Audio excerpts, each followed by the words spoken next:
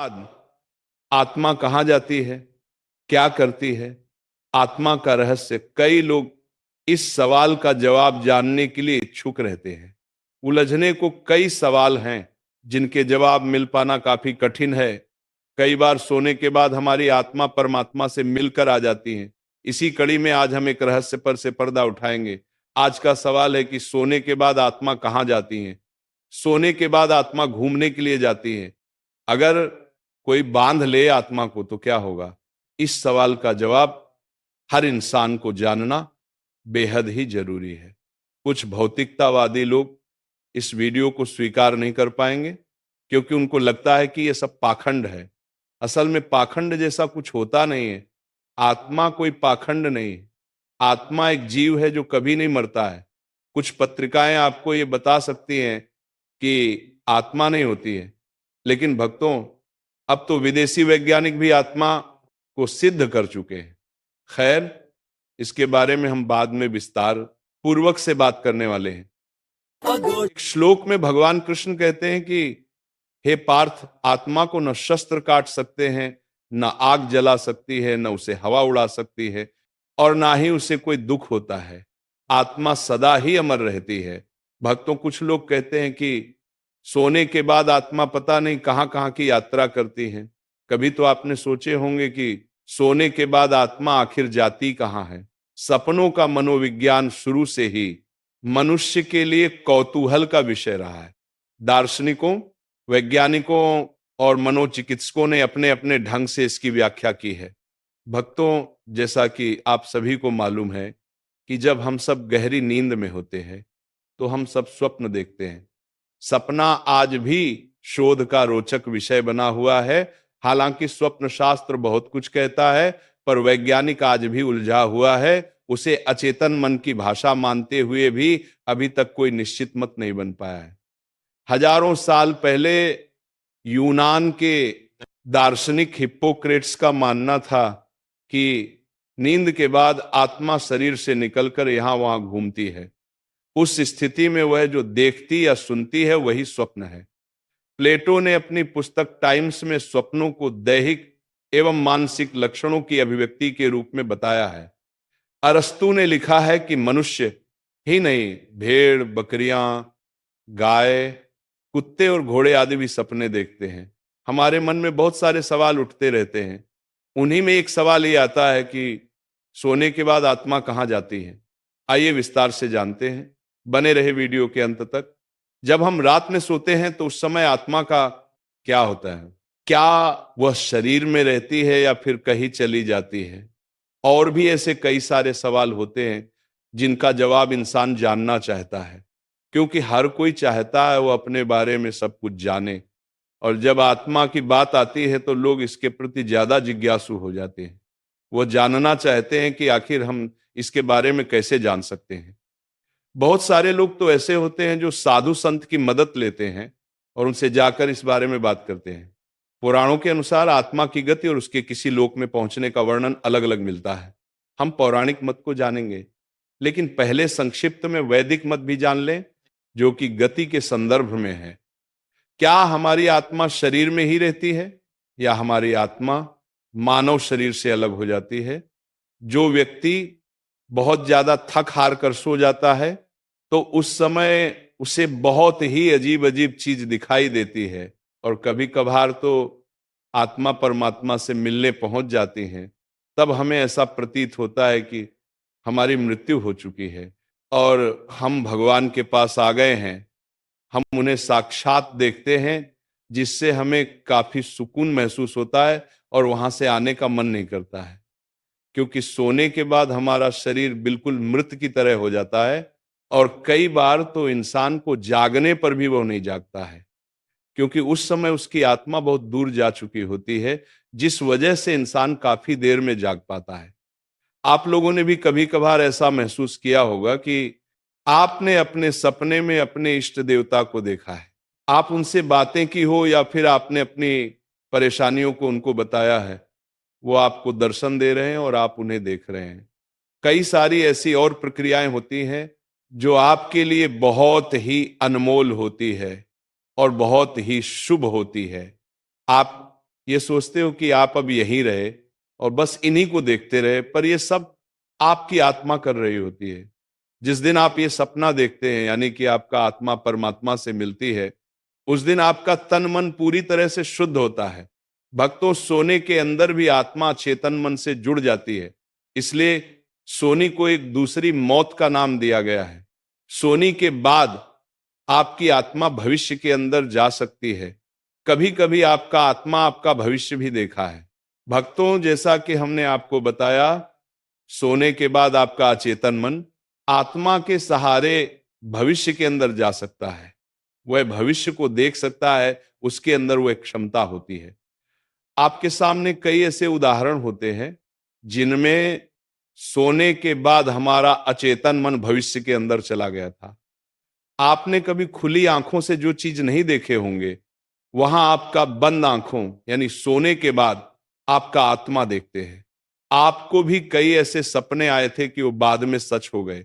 इस तरह के सपने हमें तब आते हैं जब हमारा अचेतन मन भविष्य के अंदर जा चुका होता है। हमारा अचेतन मन भविष्य को कैसे जान लेता है, इसके बारे में कहना मुश्किल है, लेकिन ऐसा माना जाता है कि जो भौतिक जगत के अंदर घटित होता है, वह उससे पहले ही सूक्ष्म जगत के अंदर घटित हो चुका होता है। इसका मतलब यह है कि हमारे साथ पहले सूक्ष्म जगत में घटित होता है और उसके बाद ही उसका असर भौतिक जगत पर पड़ता है।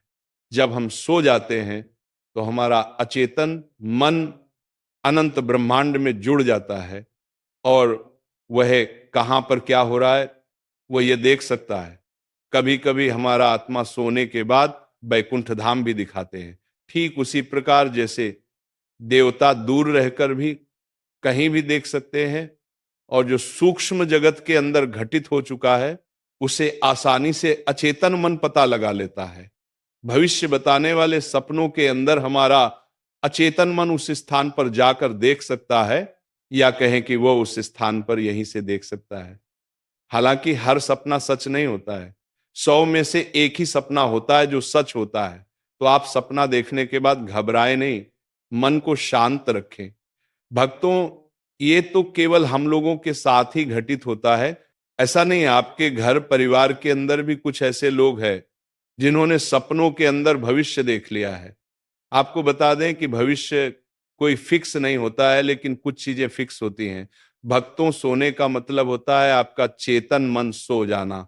चेतन मन, जो कि आपके शरीर का एक हिस्सा कहा जाता है, वह सो जाता है। जब आप सो जाते हैं तो आपका सिर्फ चेतन मन ही सोता है। चेतन मन जो बाहर का मन होता है, लेकिन अंदर का मन कभी सोता ही नहीं है, उसे इसकी कोई जरूरत नहीं होती है। चेतन मन जब सो जाता है तो हम बाहर की चीजों को देखना और सुनना बंद कर देते हैं, और देखते भी हैं तो ये चेतन मन की मदद से नहीं होता है। भक्तों, आत्मा कुछ नहीं करती है, क्योंकि वो एक अभौतिक सत्ता है, उसके अंदर कोई राग होता ही नहीं है। जब हम निर्गुण की बात करते हैं तो वह आत्मा ही होती है। जब हम सो जाते हैं तो हमारा अचेतन मन आत्मा से जुड़कर क्रियाशील हो जाता है, और उसके बाद हम सपनों के अंदर चलते हैं। इस तरह से देखकर हमें लगता है कि सोने के बाद हमारी आत्मा कहीं जा रही है। खैर, आपको पता होना चाहिए, यह मनोविज्ञान से संबंधित गहन विषय है। इसका उत्तर बहुत विस्तृत है।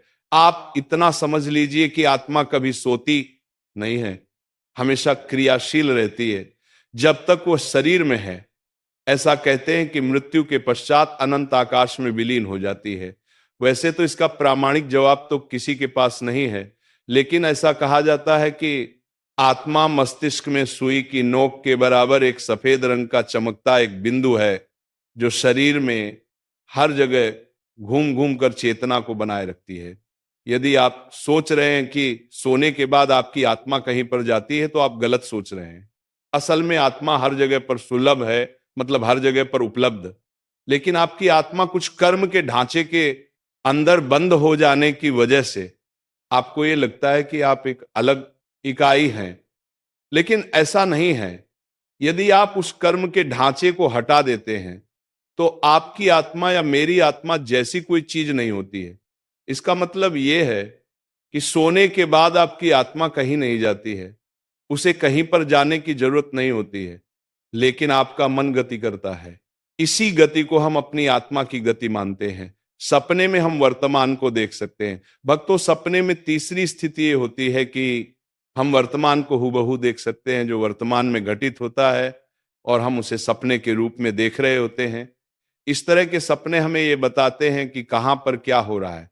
दोस्तों, इस प्रकार के सपनों के मेरे पास तो कई प्रमाण नहीं है, लेकिन एक घटना का उल्लेख करना चाहूंगा। डॉक्टर अरुण कुमार लिखते हैं कि एक बार जब वे सो रहे थे तो उन्होंने देखा कि सज्जन जी उसके पास आए हैं और बोल रहे हैं कि मैं तो जा रहा हूं, तुम बच्चों का ध्यान रखना। उसके बाद अचानक से लेखक की आंख खुलती है तो समय देखते हैं, ये रात का 3 बजे है। उन्हें समझ नहीं आता है कि ये सब कैसे हो गया और सज्जन जी का यहां पर आने का क्या मतलब। लेकिन जब सुबह होती है तो पता चलता है कि सज्जन जी तो रात को 1 बजे ही मर चुके थे। सपने में हम वर्तमान को देख सकते हैं। दोस्तों, ये सज्जन जी की जीवात्मा थी। भले ही लेखक का चेतन मन नहीं जानता था, लेकिन अचेतन मन जागा हुआ रहता है और यही वजह थी कि उन्होंने इसको एक सपने के रूप में देखा। जीवात्मा अचेतन मन से आसानी से संपर्क कर सकती है, लेकिन चेतन मन से संपर्क करना उसके लिए इतना आसान नहीं होता है। इसीलिए तो देवता और दूसरी आत्माएं सपने के माध्यम से कुछ कहती हैं। चेतन मन की अपनी सीमा होती है और अचेतन मन की अपनी सीमा होती है। इसमें एक भौतिक होता है तो दूसरा सूक्ष्म होता है। सोने के बाद आप भूतकाल देख सकते हैं। आपको बता दें कि आत्मा एक सहयोगी है, ये मात्र सहयोग कर सकता है। इसके कारण संभव है। सोने के बाद दूसरी संभावना यह है कि आपका अचेतन मन भूतकाल को देख सकता है। यहां पर हम भूतकाल की चर्चा कई उदाहरणों से देखेंगे। भूतकाल का मतलब होता है कि जो घटित हो चुका है और उसके अंश आपके अंदर मौजूद हैं, लेकिन चेतन मन उन तक पहुंच नहीं सकता है। लेकिन अचेतन मन के लिए इन चीजों तक पहुंचना आसान होता है। जब हम संचित सूचनाओं की बात करते हैं तो उन सूचनाओं की बात करते हैं जो आपने अपने अनेक जन्मों के अंदर संचित की हैं। वे अभी भी मौजूद हैं, लेकिन आप उन तक पहुंच नहीं पा रहे हैं। जब आप सपने के अंदर होते हैं तो आपका अचेतन मन उन सूचनाओं को आपको सपने के रूप में दिखाता है जो पहले ही हो चुका है। दोस्तों, इसी का तो परिणाम होता है कि हम कई बार ऐसी चीजों के सपने देखते हैं जिनके बारे में हम इस जीवन के अंदर कुछ जानते भी नहीं हैं, कहीं देखे भी नहीं होते हैं। वैसे सपने भी हम देख सकते हैं। कई लोगों के साथ ऐसा होता है। एक महिला को सपने में एक ऐसा मंदिर दिखाई देता था जो उसने कभी देखा ही नहीं था। उसके बाद जब उस महिला ने उस मंदिर को खोजने का प्रयास किया तो वो मंदिर उसे सचमुच मिल ही गया था। उसके बाद महिला को पता चला कि ये उसके पूर्व जन्म का स्थान था। इसीलिए उसे बार बार इस मंदिर के सपने आते थे। इसका यही मतलब था कि सपने के अंदर अचेतन मन उसे ये सूचना दिखाने की कोशिश कर रहा था। शायद ये जागरूक करने के लिए था। इसी सिलसिले के अंदर आइए हम जानते हैं कि किस प्रकार से हमारा अचेतन मन पूर्व जन्म की घटनाओं के अंदर पहुंच जाता है। मैं बहुत दिनों से ये जानने की फिराक में था कि मैं अपने पिछले जन्म के अंदर क्या था, लेकिन मैं नहीं जान पा रहा था क्योंकि मुझे इसका पता नहीं था। खैर, उसके बाद मुझे अपने प्रश्न का हल निकालने का एक तरीका मिला और मैंने सोते समय इस प्रश्न को बार बार अपने अचेतन मन से करना शुरू कर दिया और ऐसा रोज सोने से पहले करता था। लगभग 8 दिन तक लगातार करने के बाद मुझे एक सपना आया जिसके अंदर मैंने देखा कि मैं एक औरत हूं और मैं काफी बड़े घर के अंदर जन्मी हूं। अब जो मेरी माँ है वह उस जन्म में मेरी सास थी। हम लोग बहुत अधिक अमीर हैं। हालांकि मैं ये नहीं देख पाया कि उस औरत का मोह कैसा था। दोस्तों, इस वीडियो के अंदर हमने ये जाना कि सोने के बाद हमारी आत्मा के साथ क्या होता है। असल में हमारा चेतन मन ही होता है। अचेतन मन जागृत अवस्था के अंदर ही रहता है। इस संबंध में मैं आपको एक दिलचस्प घटना और सुनाता हूं। असल में हमारे घर के अंदर जब नेगेटिव ताकतों का प्रभाव बढ़ जाता है तो हमें नींद नहीं आती है और हम काफी परेशान हो जाते हैं। रात को बार बार अचानक से आंख खुल जाना इसी बात का संकेत होता है। हमारे घर के अंदर देवताओं की मूर्तियां रखी हुई हैं। एक दिन हमने उन सबको उठाकर घर के बाहर बने मंदिर में रख दी थी। आपको बता दें कि हमारे घर के आसपास एक नेगेटिव ताकत है जो काफी समय पहले यहीं से होकर मर गई थी। और जहां नेगेटिव शक्ति होती है, यानी भूत प्रेत होते हैं, वहां अजीब सा सपना आना आम बात है। वो एक प्रेत रूप में घूमती है। उसी दिन के बाद मेरे साथ गड़बड़ होना शुरू हो गया। मैं रात को सोता, लेकिन बार बार मेरी आंख ना जाने कैसे खुल जाती। आज तक ऐसा नहीं हुआ था। और आंख खुलने के बाद मुझे ये एहसास होता कि कोई यहाँ पर है, हालांकि मैं किसी को देख नहीं पाया था। नेगेटिव शक्ति हर कोई नहीं देख पाता है। मैं भूल चुका था कि ये सब मूर्तियों के कारण हो रहा है। ये 9 दिन तक होता रहा और मुझे ऐसा होने के पीछे कारण समझ नहीं आ रहा था। उसके बाद 10वें दिन मैंने बार बार रात को नींद खुलने की वजह के बारे में सोचा और विश्लेषण किया तो पता चला कि यह मूर्ति के हटाने के बाद से ही हो रहा है। आपके घर में किसी भी देवी देवता के मूर्ति का होना कितना आवश्यक है, ये तो